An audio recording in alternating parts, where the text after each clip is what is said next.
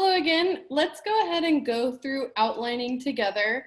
A lot of times outlining can be overwhelming, but what I want to do in this course is provide you with everything that you're going to need to complete an awesome outline for your informative speech. So I'll give you the key where basically you're going to fill in the blanks. And just to make everything a little bit easier and more clear, I'm going to go ahead and fill one out with you. So we're not going to write an entire outline today for the sake of time, and you're not going to want to watch a 50-minute video of me creating an entire outline. But what we are going to do is fill out an introduction as well as a first main point. So let's get started. I'm going to go ahead and share my screen.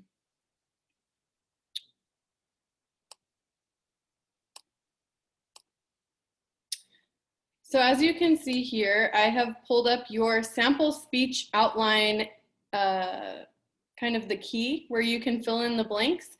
So I'm going to post this on Canvas and you'll be able to access it just like I am right now. And one thing I want you to remember when you're writing an outline is that you are not writing an essay.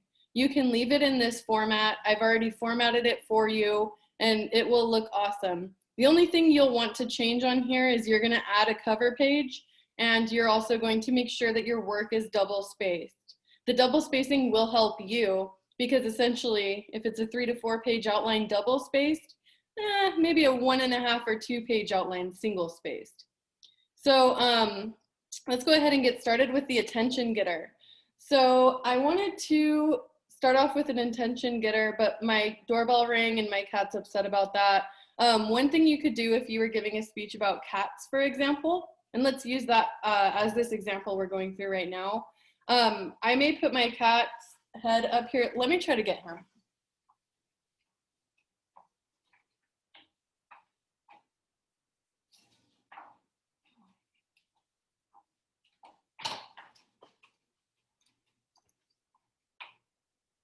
Hey everyone, my name is Biscuit, and now that I have your attention, let's get started. Okay, Biscuit probably hates me and sorry, that was weird, but I want you to be creative with your attention getters. That's gonna be the very first thing that you start off with.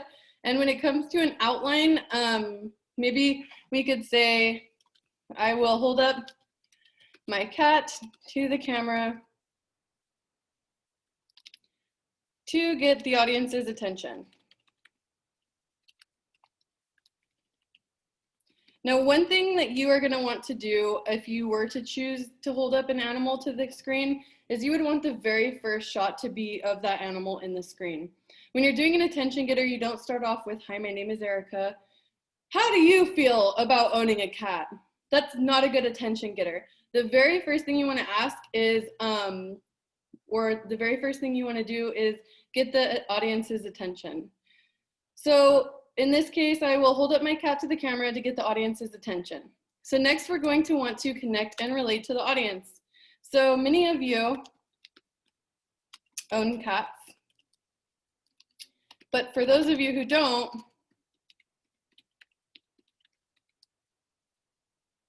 and you're going to want to establish why it would be important for people who don't own cats to listen to your speech. You may need this information should you ever have to babysit a cat. That's a good example.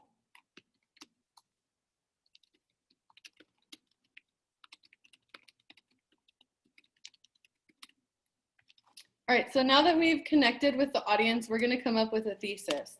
Now, I prefer to come up with a thesis as the very last part of my writing, just because I don't like to put myself in a box.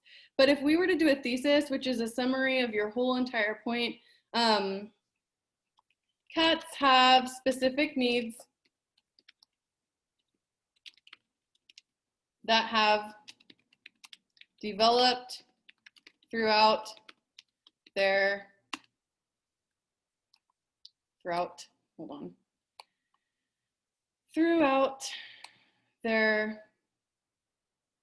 cats have specific needs that have developed throughout their historical presence.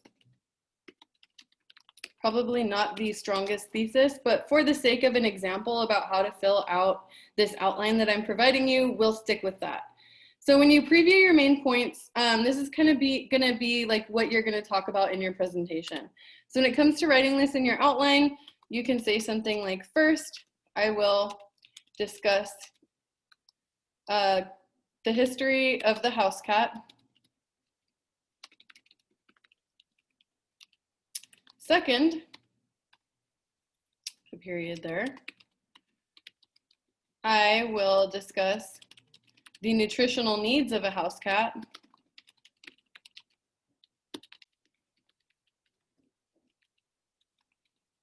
And third, I will explain the, we can say, playfulness or the emotional needs of a house cat. Now remember, you want this speech to be informative and not persuasive. So our goal is not to persuade the audience to buy a house cat. What we are doing is informing them about house cats. So now that I have previewed my main points, we're transitioning into the body.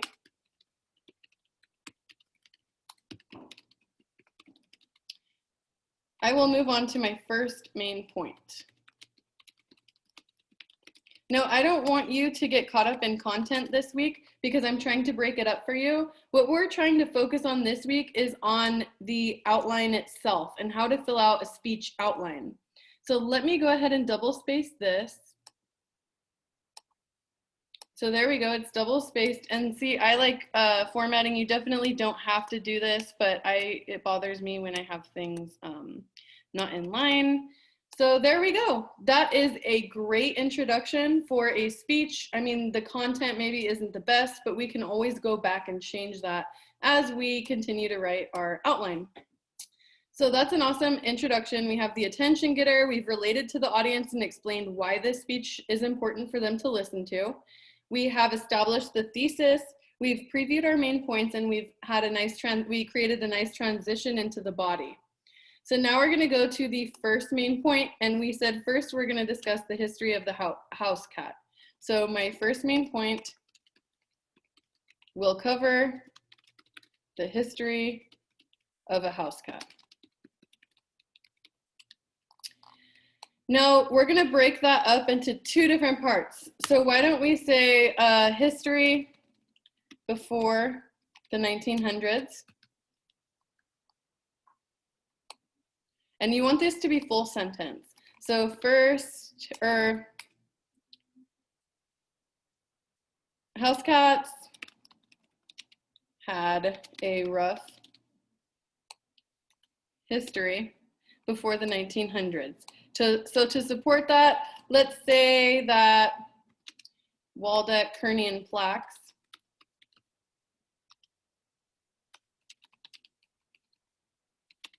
(2017) state, and they didn't really state this, but I'm just using this as an example. So house cats were not common before the 1900s. Many people considered them to be dirty and outside animals.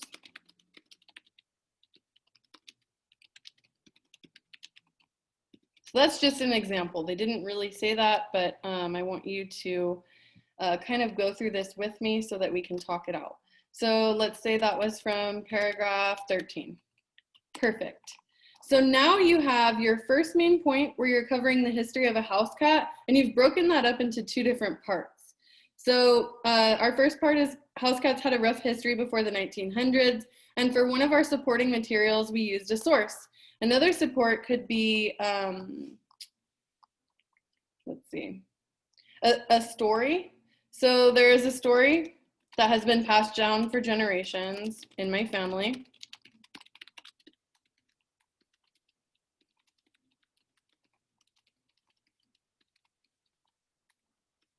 The story goes like this. And if you are actually writing an outline for a speech, you're going to want to write out pretty much the entirety of that story. But for the sake of our example, I'm not going to do that because I don't want you to be on here for 50 minutes watching me write an outline. I just want to be here to support you and show you how it can be done and how it's not something to be overwhelmed by. So we've got our first part of our first main point. We are on fire. So let's go ahead to our second subpoint, which is going to be history of the house cat.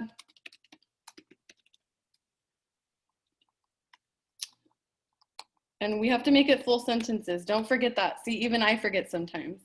Next, we will discuss the history of the house cat after the 1900s. So you don't necessarily have to have 2 supporting materials for every single thing that you type. You can have 1 and that's fine, but remember your goal is going to be to write a 3 to 4 page outline, and that's not going to be due until the end of next week, but you need to start thinking about it, because if you're waiting until the last minute to start your outline, trust me, there's no way you're going to be able to finish your speech on time. So I would suggest kind of, starting to write an outline once you figure out your topic, because it's going to help you so much next week.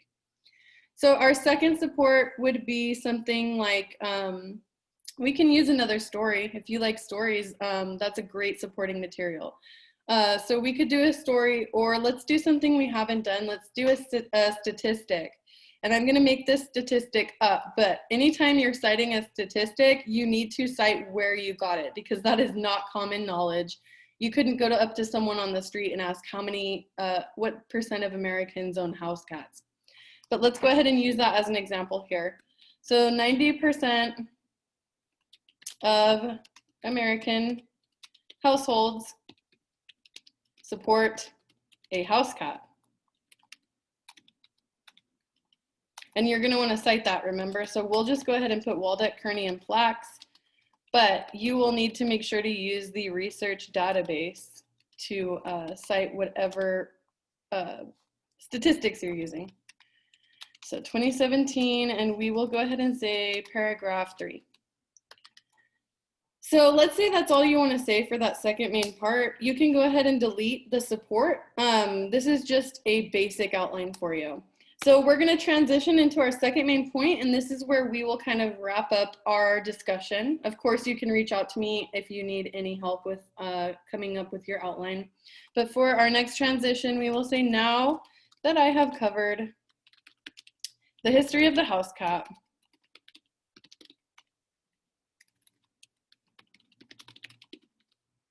and then what did we say would be next? The nutritional needs of a house cat. I will move on to my second main point.